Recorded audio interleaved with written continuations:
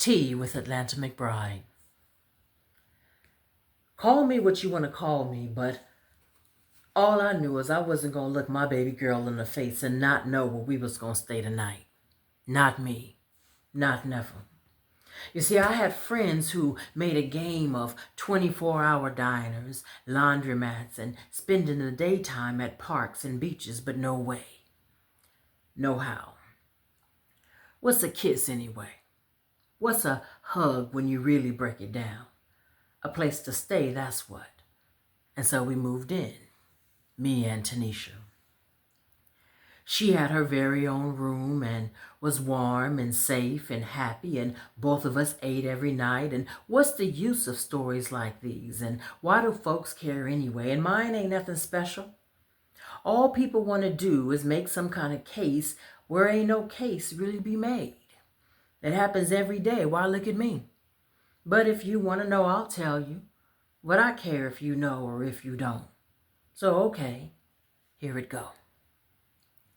Me and Tanisha was living over by the park, and things was going okay.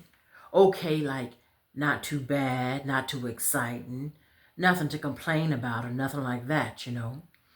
I was renting a room from Janie for $400 a month, and I could afford that well enough on my hustle. I sold stuff.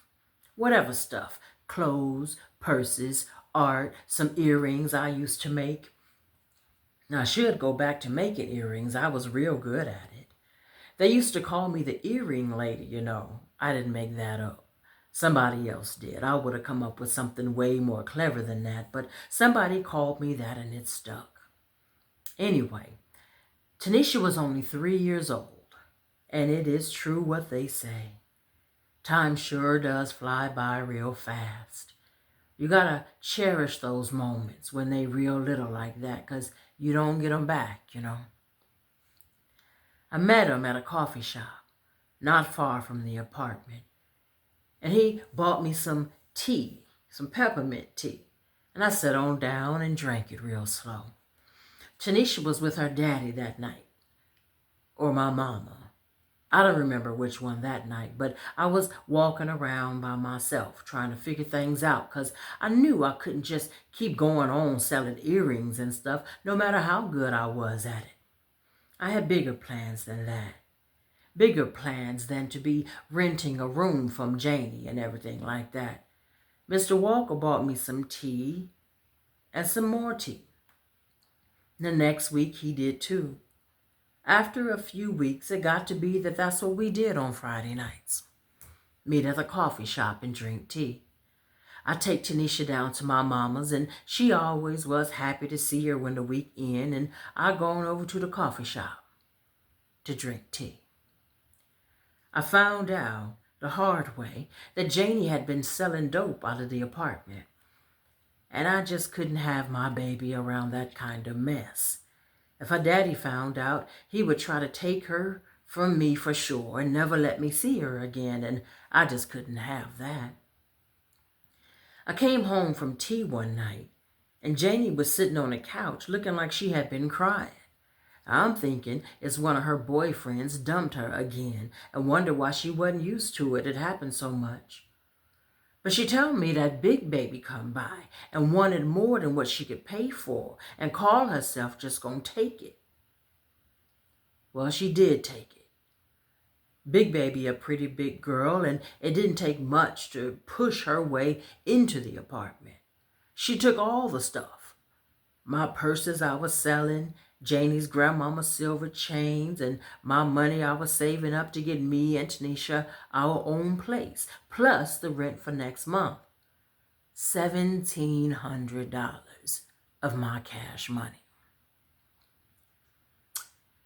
Mama really didn't have no room, and plus I didn't want her to know all of what was going on. I didn't really want her to think she was going to have to help me out all the time. My whole life, helping me, like I ain't got no kind of way to help myself. No. Anyway, Mr. Walker said we could just move in with him till I get on my own 2 feet, and so that's what we did. We moved out to Carson with Mr. Walker. He was renting a 2-bedroom house that he told me he owned.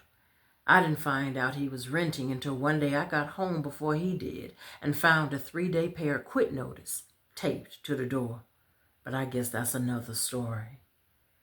Anyway, we lived walking distance from the mall and the bus lines, and that worked out for me because my Ford Escort was dying a slow death fast. He was a sweet enough guy, I guess. Was real good to Tanisha. He had 6 grown daughters of his own who was all back east, so I guess that's why he knew how to treat Tanisha so good. And as for me, he treated me all right too, I guess. But things don't never come without a price, though. Especially things like getting a place for you and your 3 about to turn 4-year-old daughter to stay for free. Things like that don't come cheap at all. I knew that I had to hustle harder than I ever had before because no way was I going to be some old man's prisoner, nice guy or not, free rent or not. I knew I needed my very own money and sooner than later my very own place to stay, my very own place with Tanisha. Just like I thought, things sure did pick up with my sales. I would go out to a little thrift store in Corona on the weekends and buy fancy purses for only $1 or $2, sometimes 3 or 4, and I would sell them for 20, maybe even 30. I thought Mr. Walker would be proud of me for making my own money. Thought he'd be glad to know I wasn't just trying to take advantage of him and everything like that. Seemed like he got madder and madder the more money I made. He didn't like it at all when he found out I was making more in 2 weeks than he did on his Social Security check for a whole 2 months. The more I made, the more I had to pay. Mr. Walker would never take no money rent, though. That's okay. I said to myself all the time, that's okay. Just 2 more months, maybe 3, and I would have enough for my place of my own with Tanisha. Just me and her. After my car broke all the way down, I knew I had to come up with a hustle on top of my hustle. I couldn't keep going down to Corona no more because Mr. Walker wouldn't let me use his car to get down there unless he went too, and that was out of the question. It seemed like everything I did, he wanted to do too, which would have worked fine if we made any kind of team, but he was always competing with me. Telling me I didn't know what I was doing, down talking me in front of my customers, telling me I should just give him my bags and he would sell them for me because he knew he could get a better deal and he would give me 20%. No, thank you. I would borrow my cousin's car once a month and get down there and sell them on my own. That's what. Paying rent. Every night after I put Tanisha to bed, paying rent, free rent. I was tired, real tired of free rent. On top of free rent, he started down talking to me all the time. Even when nobody was around, out of the blue, it would seem like things was going okay. Then he would just come in the room and tell me that wasn't nobody gonna ever love me like him or treat me like him. That I should be glad somebody would put up with a dark, fat girl like me with nappy hair and had a baby with nappy hair too. I never said anything. Just looked at him and felt sorry for him. I wasn't no fat girl. A thick, in all the right places thick, but was no fat girl in no kind of way. There was plenty of men looking at me who wanted me real bad. I wasn't looking for no man, though, in the situation I was in. No way, no how. When I got me a man again, it was going to be when I was in my own place with Tanisha. When I had my own car, when I had my own money. I felt real sorry for him because I could see through all them insults and everything like that. He was old and couldn't hide from me no more. I wasn't some young girl he had been buying tea for on Friday nights no more. I was in his house. And I knew that he wasn't some rich, retired playwright. He was an old man living on a little bit that Social Security paid. He had some government job a long time ago and had retired. He didn't have an Italian mother or a South African father. He had a fair-skinned mother with 2 black parents and a black American father born and raised in Mobile, Alabama. Mobile, Alabama. He knew that I was on my way out and did everything he thought of to keep me there. Except he never seemed to think of just being good to me. I asked him one morning after free rent if I could just money rent the extra bedroom and he could do whatever he wanted to do, even have some other young girl in there paying free rent.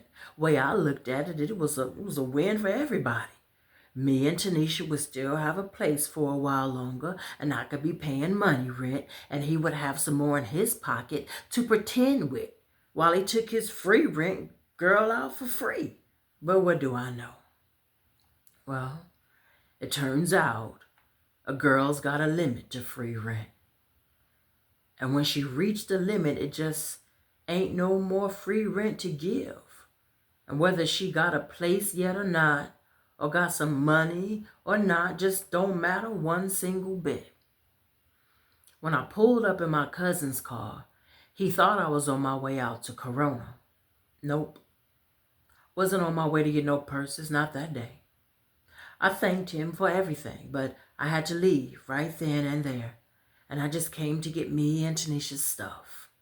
He didn't like that one bit and told me that I wasn't nothing but a dark, fat, nappy-headed girl who wasn't gonna never be nothing but somebody selling purses on the street, teaching her baby girl to be nothing but the very same thing.